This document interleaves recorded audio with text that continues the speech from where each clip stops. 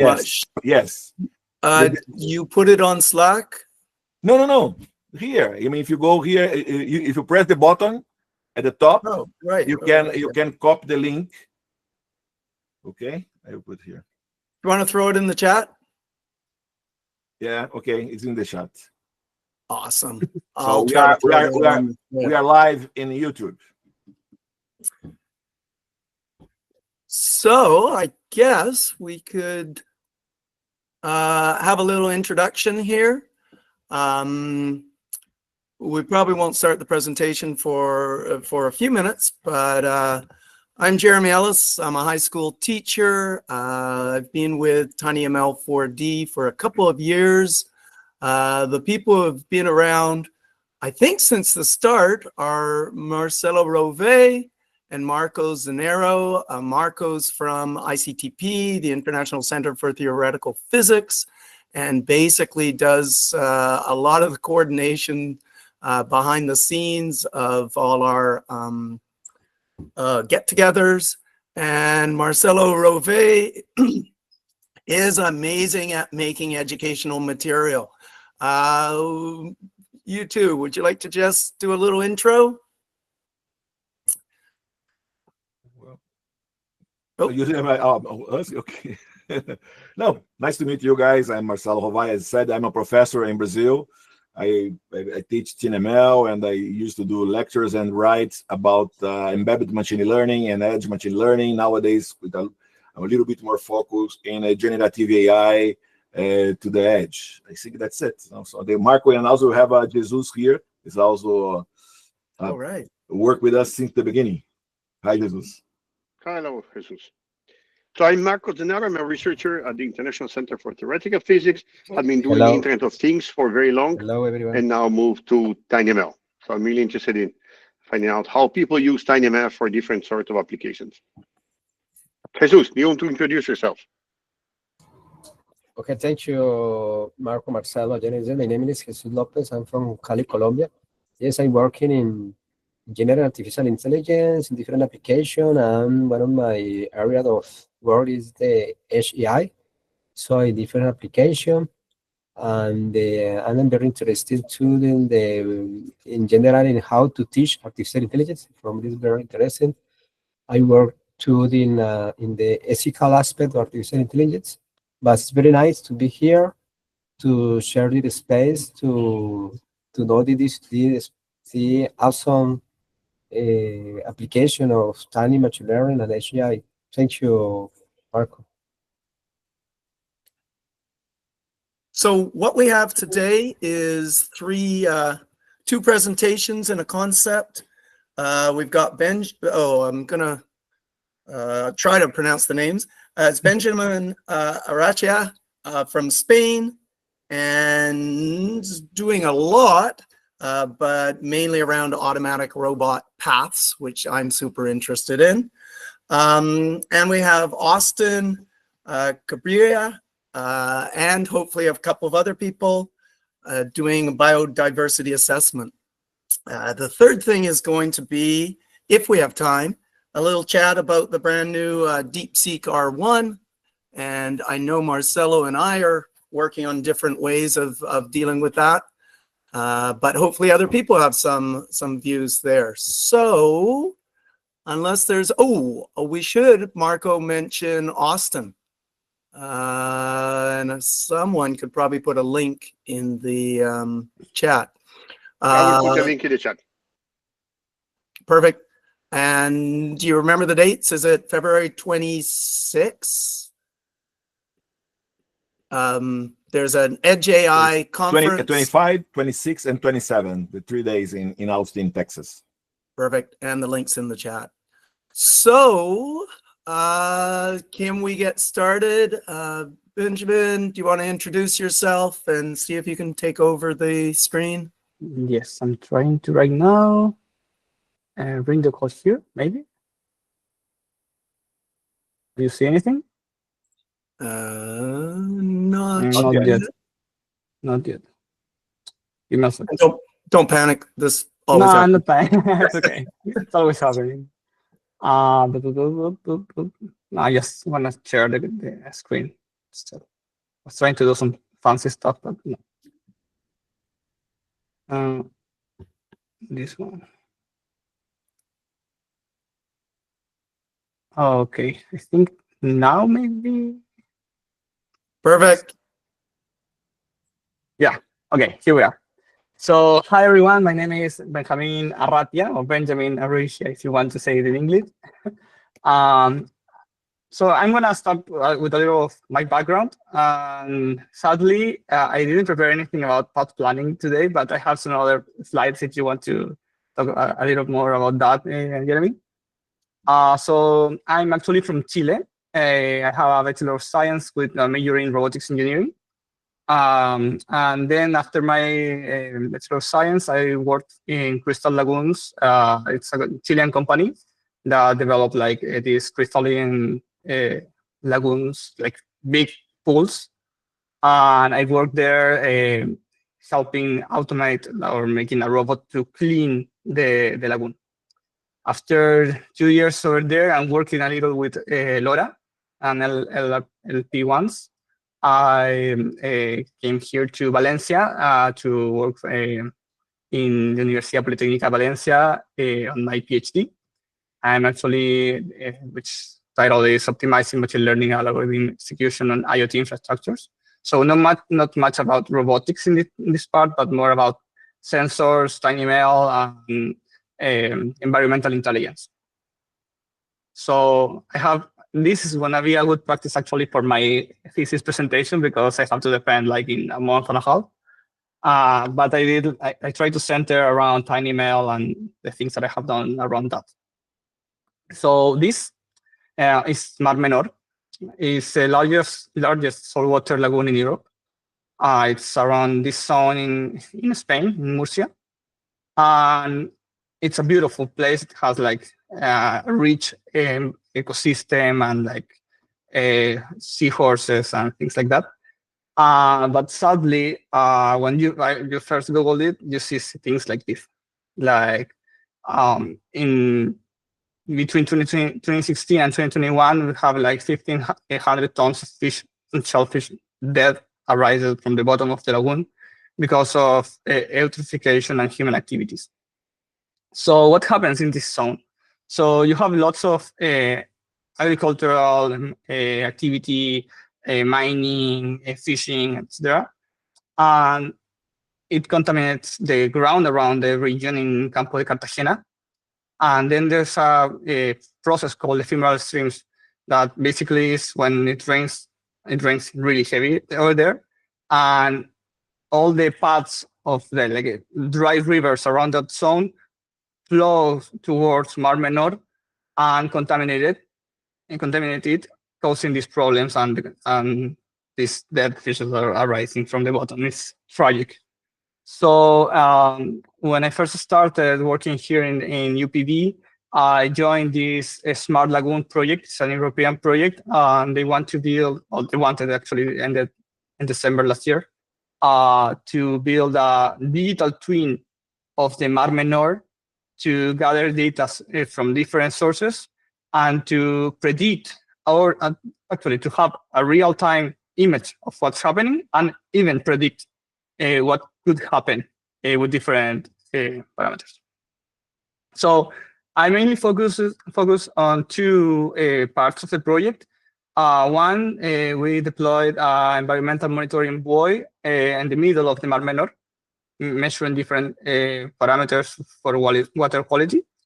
And we also deployed several cameras around the ephemeral streams surrounding the inputs and outputs from the lagoon to the Mediterranean and from the Costa de Cartagena to the Mar Menor.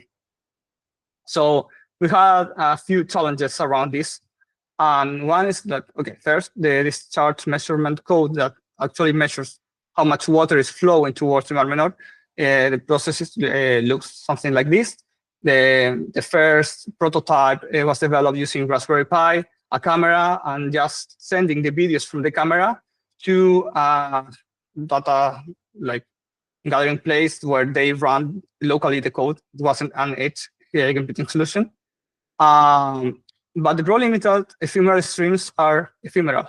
So most of the year, they are dry like this.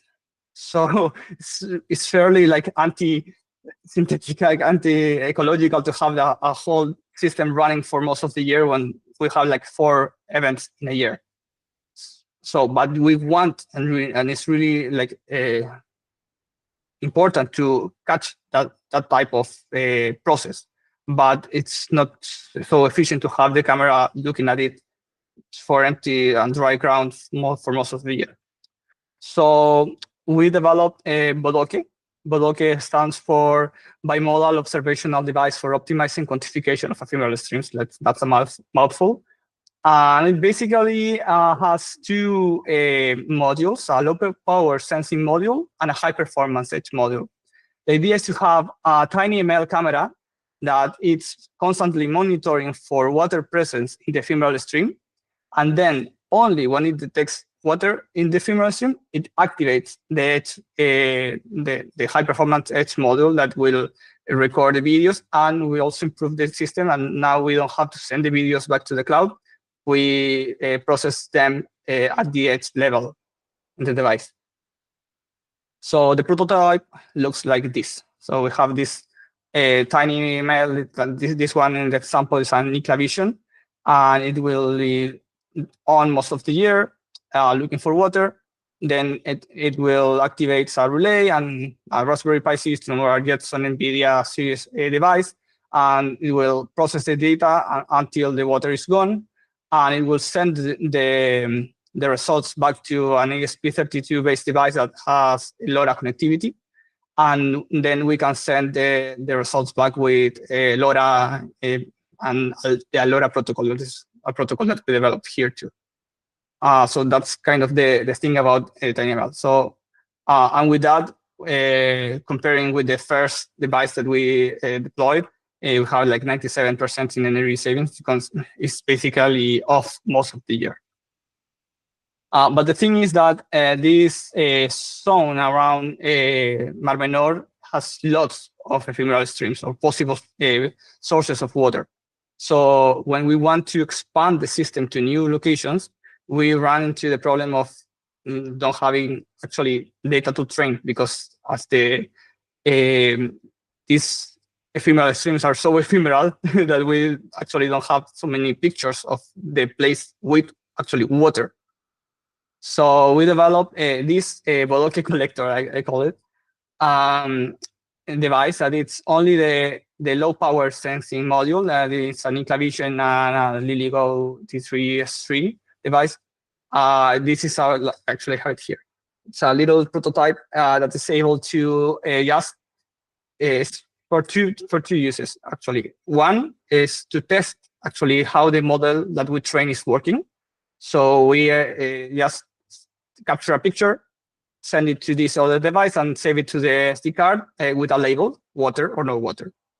And then we can go back to the lab with the SD card and check the results and see how the model is behaving and if it's actually labeling things correctly.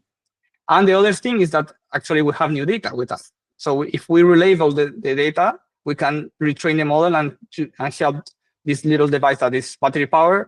We can help us deploy the system to new locations. Then we also have the system that using like the LoRa capabilities of the device that we are using, we can also send signals, actually send pictures of that are being captured for improved detection or early warnings. So recently here in Valencia, we had some, I don't know if you hear about that, but some DANA events that were like really big floodings around the zone. So systems like this can help to alert people like with a little more time than other systems. So because we can like be there seeing. And then we also play a little with the retraining techniques and develop this pipeline using a technology published in another article for retraining techniques without losing like knowledge. like with avoiding catastrophic forgetting. But I won't be getting into that because that's a lot of history. So that's the first part, the thermal stream monitoring system. And we also deployed this environmental monitoring buoy, but this was generating like 35 kilobytes of data each like 5 minutes. So, and we didn't have any connectivity there. So it was a really big problem to like actually capture the data that was being generated. So we started playing a little with LoRa, but LoRa didn't have, LoRaWAN actually didn't have the capabilities to like send all that information with its bandwidth. So we started playing with that, and we deployed like a gateway server here at 12 kilometers from the buoy, because we had like a partner that gave us the space to put it there. And we developed this LoRa protocol. LoRa is an Italian word, so it's kind of a funny joke with my advisor. But it stands actually for Advanced Layer LoRa. And the idea with this is to try to send more information using LoRa, like jumping over some some restrictions with LoRaWAN. But yeah, so we have this modular design, and the idea is that you have a requester node that is actually polling the sources. So we were polling the buoy, and each time it has new information to send, it will start sending, and we have the whole thing to like send the chunked packages of LoRa. But this is not TinyML, so I won't be getting too much into this. But yeah, we eventually achieved sending all the information that was being generated with the buoy to using like this LoRa protocol down those 12 kilometers. We also played a little with mesh experiments. And then if you want to explore a little more about LoRa, there's an article published about that in this Computer Communications journal. So yeah, then we had this system that it was working pretty good, and we started working in other implementations. And eventually, you get to, like, with LoRa, you have to consider lots of things. So the spreading factor, the bandwidth, the frequency, even the packet size, the time on air that it will take. Like, there's lots, like a big number of combinations that you can possibly test and try with LoRa. Yeah, let's skip this. And then I was invited to spend 3 months at ICTP with Marco Zenaro. And we started figuring out how to integrate a little of TinyML with LoRa to dynamically configure these LoRa parameters to improve the LoRa system, LoRa protocol. So we proposed this dynamic radio frequency configuration mode, where you have this demo phase started with like the worst case scenario of LoRa parameters, and then had this trained model to recommend the LoRa parameters to use, and then keep working with those, and keep tracking the metrics of like how it's going, and if it's going below a threshold, call this TinyML model again to figure out how can we improve the network. So cool idea, but what's the data for training? That's always with ML in general, not only TinyML. So we started with this data set collection experiments in different parts of Trieste, Italy. We even consider a 100-kilometer test. This is old news for Marco. Sorry, Marco. And yeah, for that, I developed this over-the-air reconfiguration of the LoRa parameters for the LoRa protocol, where the requester sends a request to change to another set of parameters, and then they continue like talking with those. And then an RF mixer. I'm good with names. I really like an RF mixer where you can iterate from different configurations for a period of time and collect how the communication is going with each combination of parameters.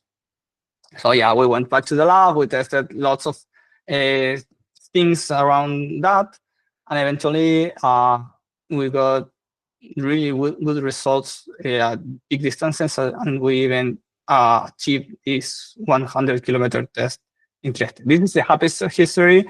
Marco knows that we went a first time and everything failed, and then I went for a second time, and we eventually achieved this 100-kilometer test. And it was a good data set for start training a model. Yeah, so the data set was huge. I started doing some data science around that, and eventually it was like a lot. And the typical history around this is you want to do everything with Python, but then you ended up like working a little with Excel to clean up all the data. So yeah, we defined some parameters to optimize with TinyML. And the idea is like to characterize how the LoRa network and the LoRa communication is going, and then point towards like a better set of parameters in those conditions, like considering the signal and things like that. Yeah. So then testing with that, we achieved like in simulation. Actually, this hasn't been deployed yet. Like 180% of like improvements between like if you are in this configuration, jumping up to this other one, you will achieve. So this is highly experimental yet, but it's a good. But I think it has lots of potential, and the infrastructure is there, and the LoRa code is open source too if you want to check it out. And I'm working right now as I'm finishing the PhD to update all the documentation around it, but it will be hopefully in February completed. So yeah, that's my story around my PhD projects. Thank you for listening. That's awesome. Very good. Very nice. Very nice. Great presentation, Benjamin. And while you were doing your presentation, I was like, I know ICTP would be so interested in your work. And then you mentioned that you already know Marco. Yeah, really interesting. Any questions from anyone? I have a couple. First, I have a simple question. I mean, you did both, correct? With the Raspberry, you have a high level test, and they also use the NiklaVision below. Both things are doing the same thing, or we are? Back in the block system, right? At the beginning, you comment. Yeah, you said that you have both, correct? Yeah. Yes, we have both cameras. Yeah. But they are doing the same thing. I mean, only in different ways, or no? No. The NiklaVision is only detecting presence of water in the stream. Okay. And this other one with the Raspberry Pi combo are like measuring more details, more detailed parameters, like how much water is flowing, and like doing this. Where is that? This chart measurement code. You like are measuring like cubic meters per second, things like that. Okay. So it's generating different amounts of data, and you can select how much data do you want to actually send using the LoRa. One thing that I didn't understand is, for example, with the NiklaVision, you capture the image and do some TinyML inside or not? You only capture the image and send the image. I didn't understand. Yes. The NiklaVision works with its own model. Okay. And it's determining if there any water there. Okay. And if yes, it will like ping this coordination unit, that's an ESP32 device, to activate the whole system. Super. Okay. Fantastic. Thanks a lot. You're welcome. Very nice. And by the way, Benjamin, I mean, I know very well San Alfonso del Mar. I have apartment there for the last 16 years. So. Really? Yeah, I have been there making some tests around that robot that cleans the lagoon. Actually, I have some pictures if you want, like just quickly. I don't know, in a previous presentation that I had, like this was my work there back in Chile, working with crystal lagoons. This is San Alfonso del Mar, as you mentioned. And I think that I saw the robot under the water there. Yeah, this one. Yeah, this one. No, we don't see it, Benjamin. I think it's in a different screen. Maybe. Sorry. That's fine. You're right. Let me change the screen. in 1 second. And it won't take you any longer. While you're doing that, There you I'm go. glad I'm connected on LinkedIn, Benjamin, because what you're working on has so many overlaps. Oh, here, you've got the screen now. Yeah. Okay, so sorry. Here is San Alfonso del Mar. I was doing some LoRa tests over there for some sensors that we were deploying. And here I'm like deploying some sensors in the actual lagoon in my kayak. And actually, when I first started working with LoRa, I was working with this system because you had this big host that is connected to the robot that is actually like moving around the lagoon. And we didn't have any method to determine where the host was located across the lagoon. And if you want to decide how to move the robot, it's like a snake game. So because you don't want to tangle the actual host. So we started deploying this. So here's a simulation that I did around that, and we started deploying this like LoRa and GPS nodes across the lagoon, and we use LoRa to send actual GPS location of each point of the host across the lagoon, because Wi-Fi or other methods didn't work with water so good, and I did some tests around working with LoRa underwater, and it was working like really okay, really good. Very nice. Yeah. So then I started working with raw LoRa with that, and eventually Marco sent a message in Telegram once recommending this PhD position back here in Valencia. I didn't knew Marco at that time, and I applied and I got here. So yeah, it's all connected. I'm guilty. I'm guilty. Yeah, you're guilty. I'm even got married so because of that. So thank you, Marco, again for that. Super, thank you. Great presentation, Benjamin. And as I said, we'll touch base on LinkedIn. My father was a marine pollution consultant for a super long career. He's now over 90. And I've been working with LoRa and the Nikla Vision, so we've got tons of overlap. Yeah. A great presentation. Thank you very Thank you. much. I think we have Austin and possibly Austin's team person. Do you want to introduce yourself, Austin? It always takes a few seconds for us to get activated. There we go. Sound. Are you able to hear me? Yes. Yes.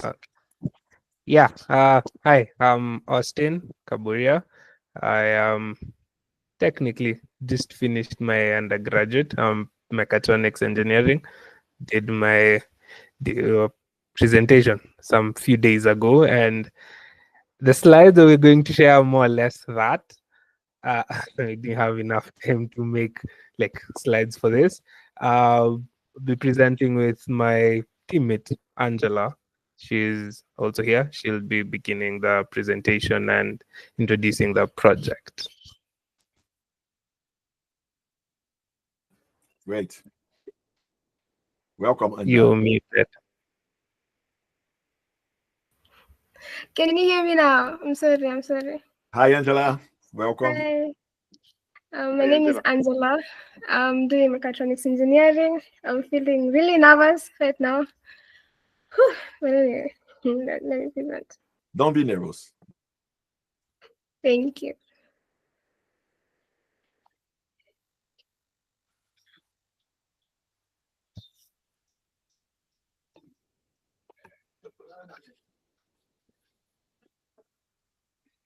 Okay.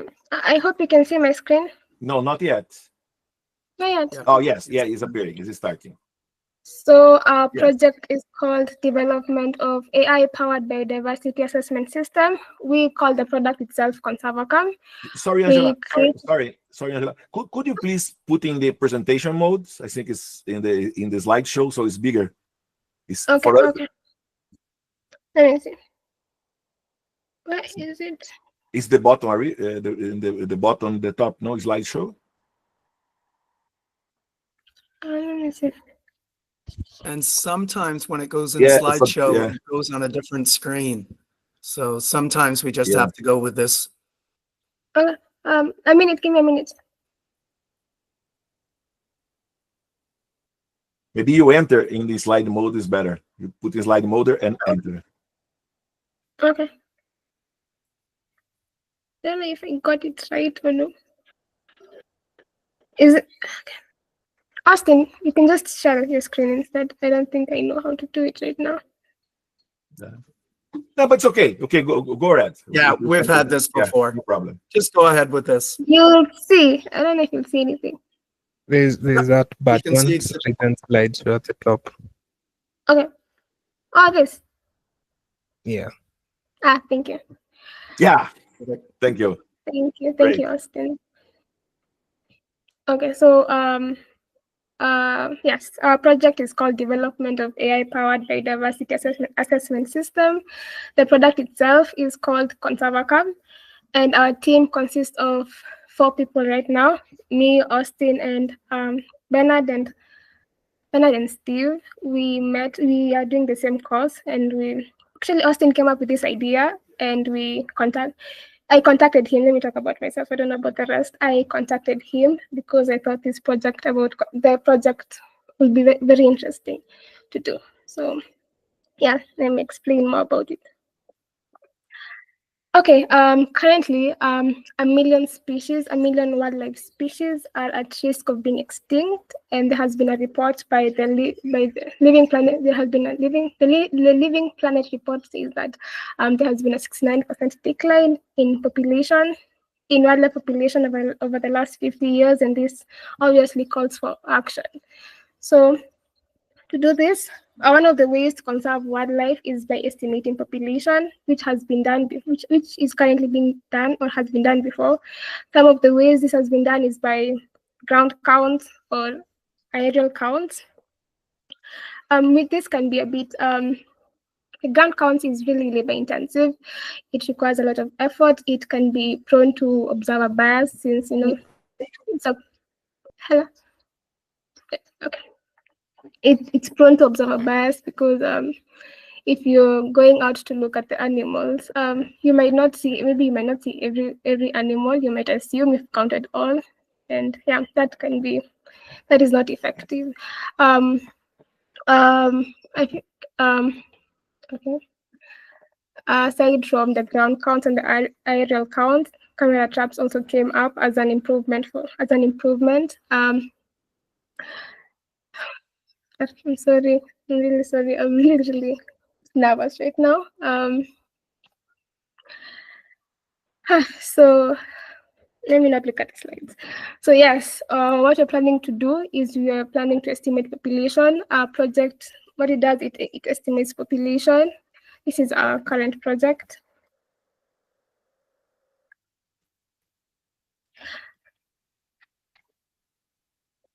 This is what we have. Our project consists of a processor and an OpenMV.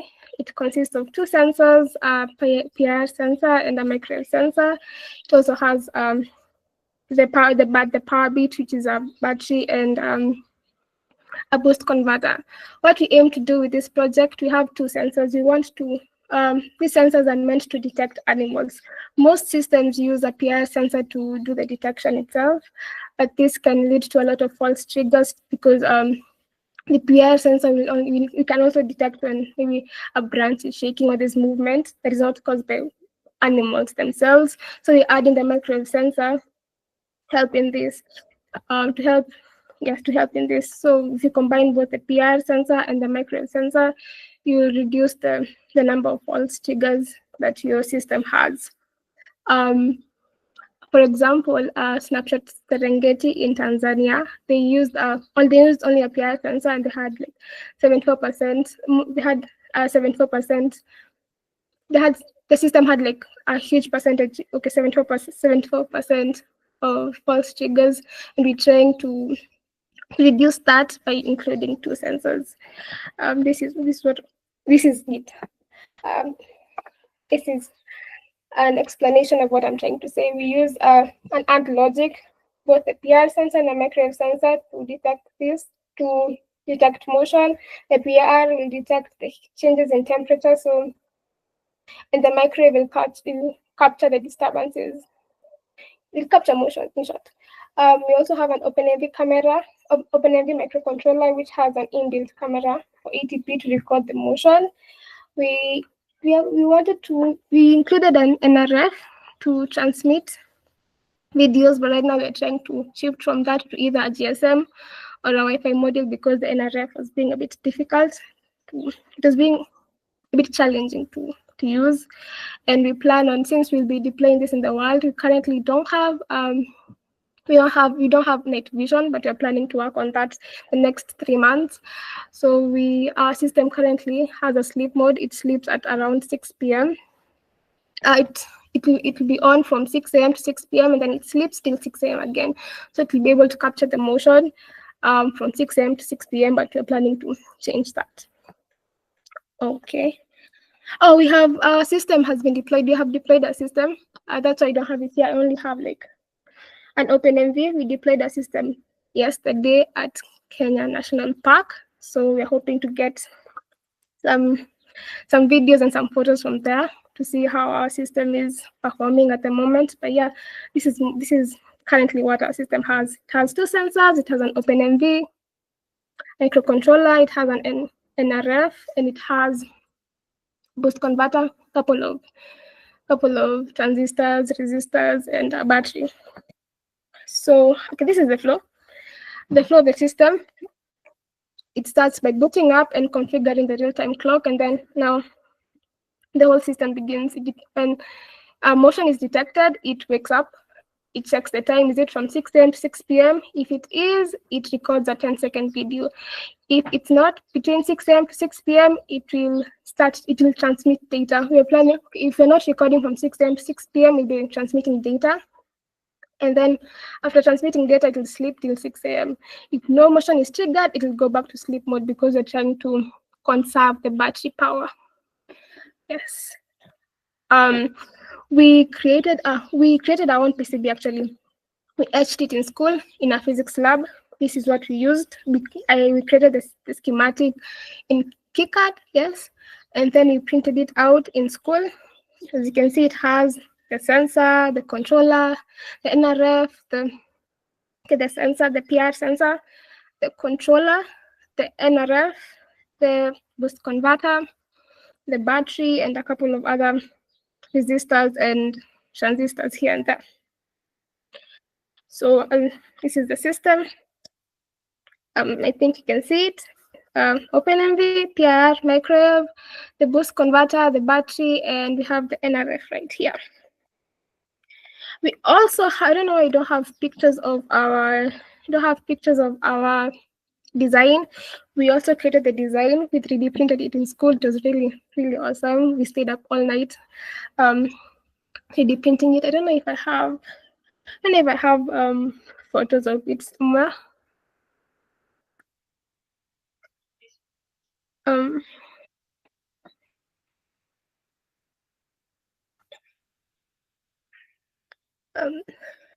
I'm going to shift to another presentation, so give me a minute.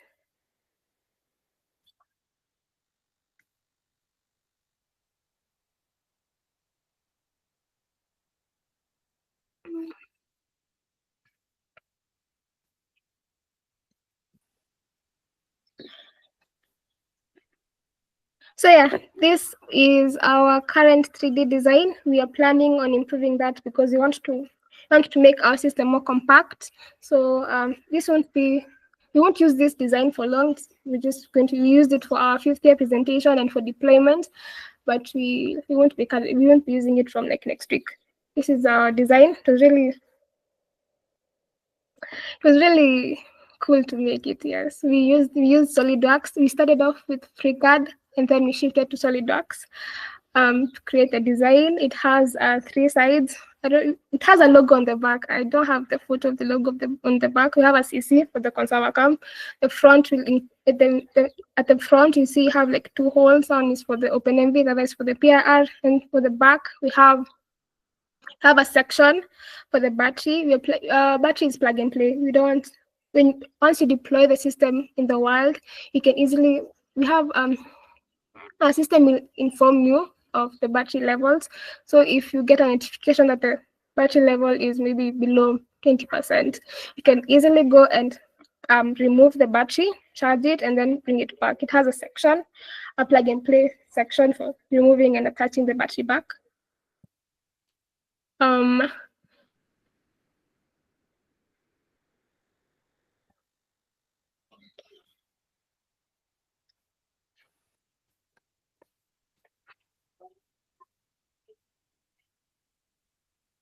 And back to this again. Yeah, there was this, we partnered with Diesel. They also make camera traps, but these are some of the systems they used. They were really, really big, and this is easily noticeable by the animals. So he tried to improve from the big camera traps to a smaller compact one. We even deployed it. We deployed it in school. We have a conservancy. It's called the Kimathi Conservancy. We deployed our system there, as you can see here. Yeah, and it's smaller and more compact as compared to this, and it has a couple more improvements to that. I have already explained the different components of what they do, but yeah, we have an OpenMV which captures the videos and transmits them via the NRF. We have a PIR that will detect heat from the animals. We have a microwave sensor that will confirm the detection to minimize the false triggers, and then we have a rechargeable battery that will provide up to 2 months of uptime. So yeah, Austin, please take over.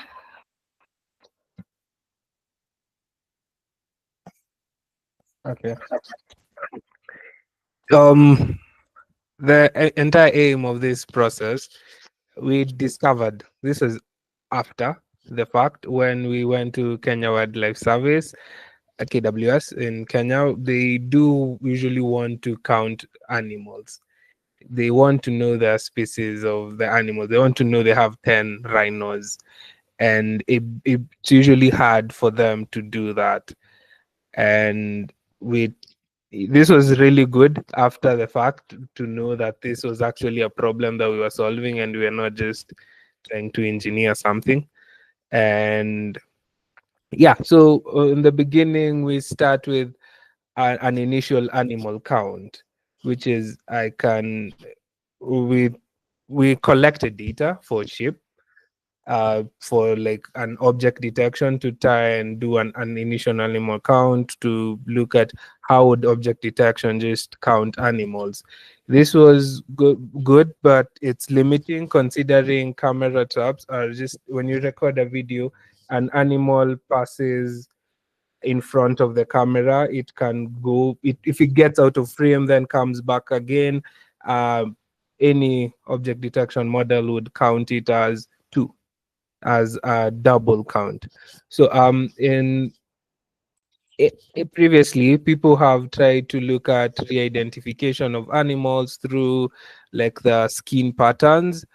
When, for example, in animals like giraffes, I believe giraffes, this slide. Giraffes, zebras, tigers, they usually have unique coats, and most systems can be able to re-identify them because of this. Or things like ears of an elephant or faces of a chimpanzee, or interestingly, the eyelid of a rhino, for those particular specific animals. But they're, first of all, most of them are usually species specific, and we try and make it agnostic of the animal, which is really hard.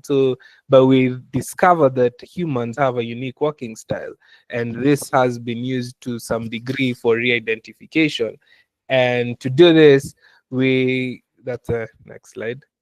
To do this, we try to replicate more or less the Johansson point light technique, where someone walks in front of a dark room, and the observers, these particular observers, look at the people walking, and they're supposed to say if they saw the person again. And so, yeah, this was more or less how we try to replicate. We start from getting the joint location of the animals, then try from this point, try to re-identify the particular animals. So to some degree, we are able to do that. It is challenging to do that. So we try to extend this for four-legged mammals. And if you could show I could show an example of this is how we did this from like slide 17. This is an example of how we developed our own pose model and recorded some sheep. There was a shepherd there who was good, helped us to record some video with, and yeah. We first start by detecting, localizing where the animal is, then decoding where the joint locations. It was good to do this, but it was hard to process this for re-identification.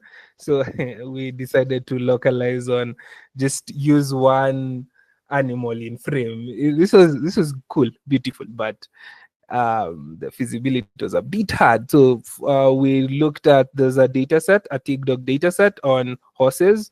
That's the next slide.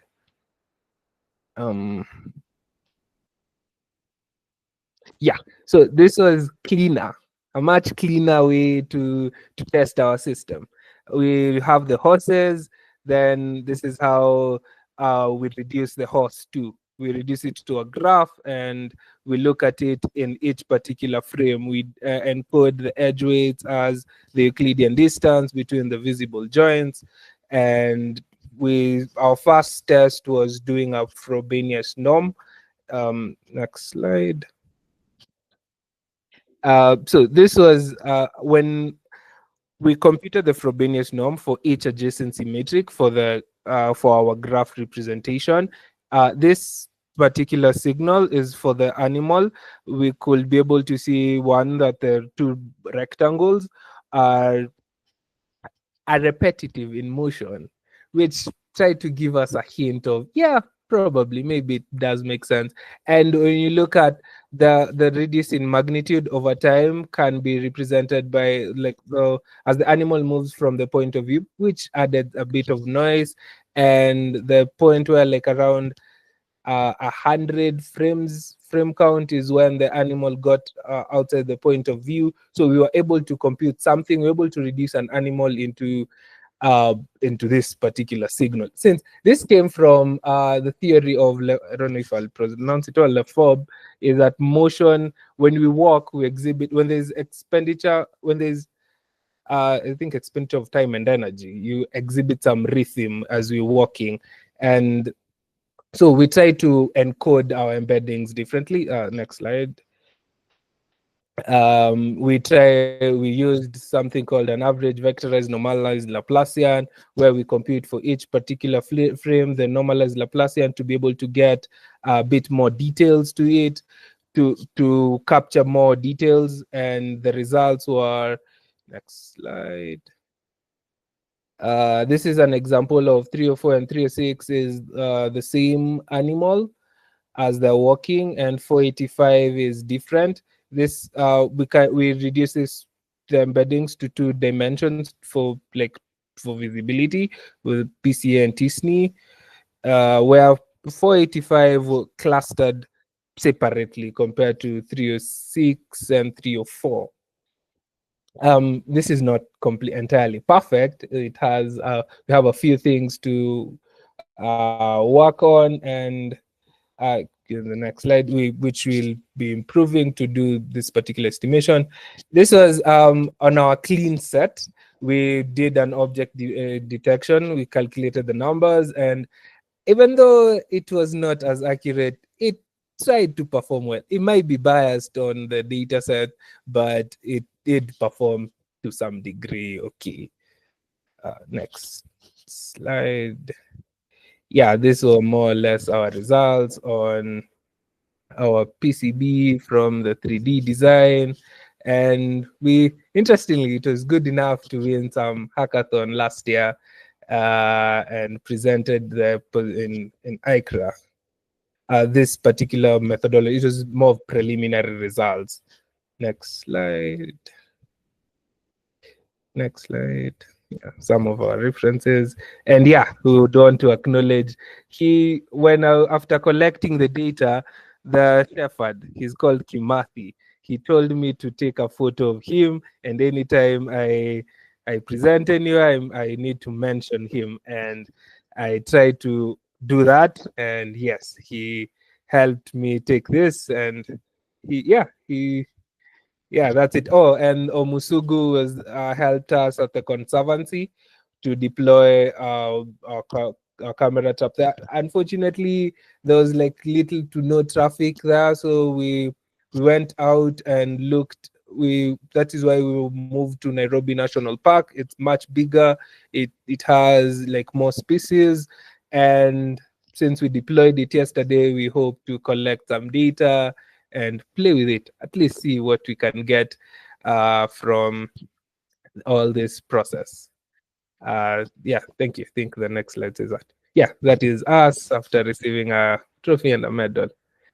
Yeah, I think that's it from and Congratulations on both of you. I mean, great work, great work.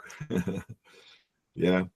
Really, really impressive, Austin and Angela. I love it when students make their own PCB. That's just an extra level of complexity, and that's really good.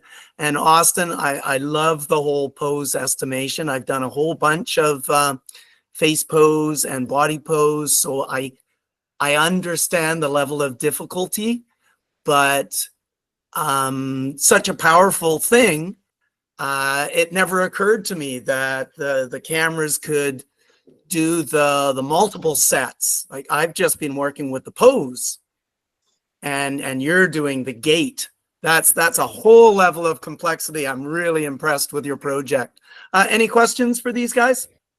Yes, I have a for both.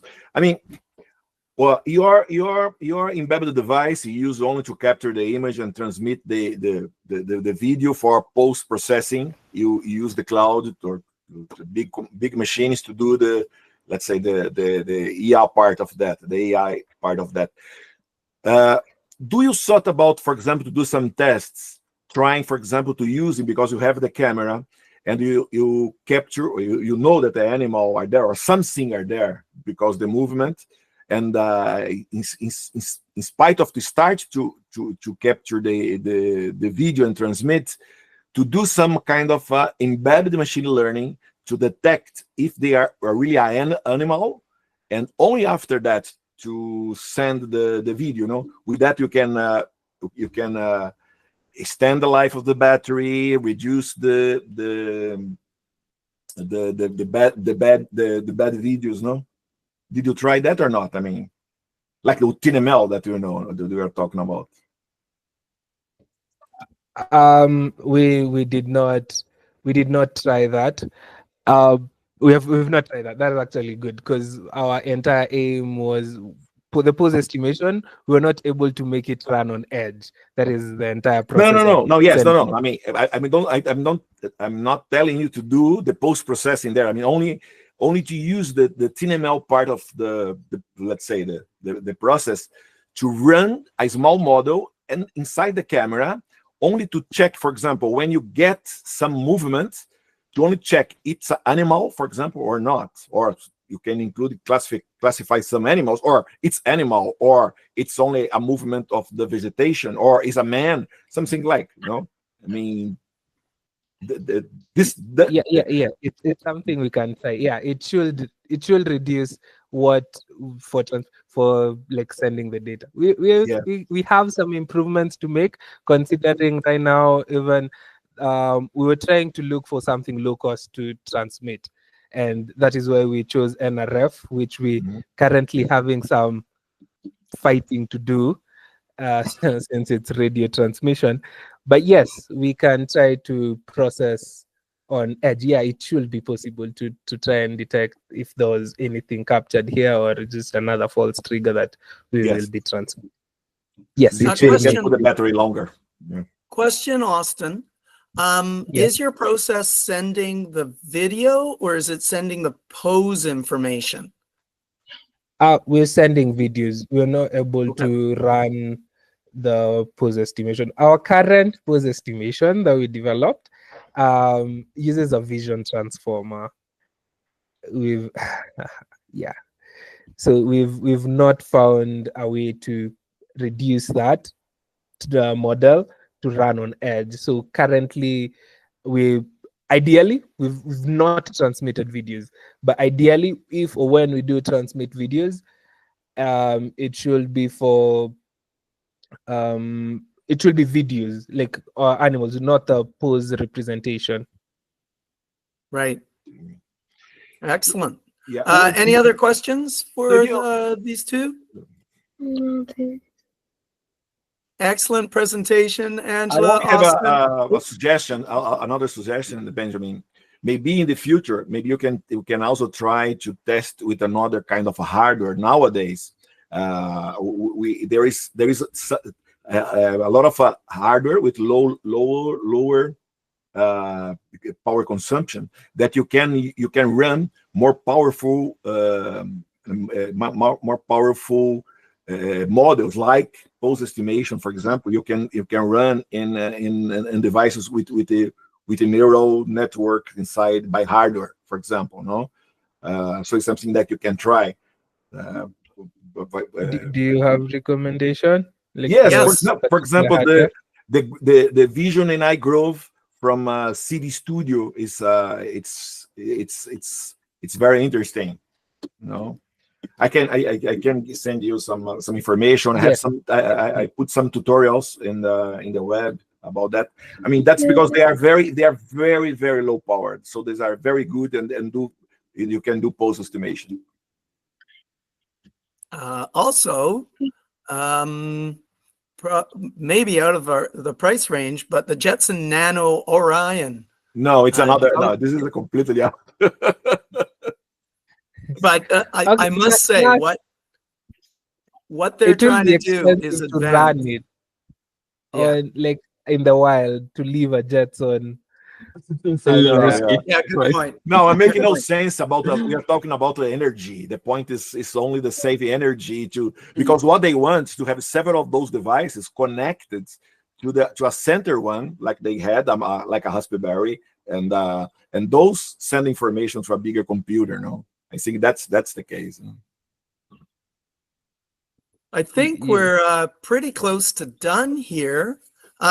Amazing presentations today, both groups, and perfect timing with the two. I think Marcelo and I are a little sad that we don't have time to talk about DeepSeek R1, but it's changing so dramatically. I think things will be completely different in 2 weeks. Yeah. Sorry, guys, that we didn't have more people for you to present to, but that might have made Angela way more nervous, and it worked fine. By the way, great presentation, Angela, Austin, and Benjamin. You guys are doing awesome work, and I hope the best for you. Benjamin and Angela, I just post here in the comments tutorial using the Grow Vision and also doing pose estimation, so you can see it. Okay. Okay. Thank you. It's a $25 device. It's very cheap and very powerful. Okay. I have worked with it. Congratulations. Bye, guys. Well done. Yep. Bye. Have a great day, everyone. Excellent Bye-bye. work. Yeah. Bye. Thanks for the opportunity. Bye. Bye. Bye, Austin. Bye, Angela. Bye. Bye-bye.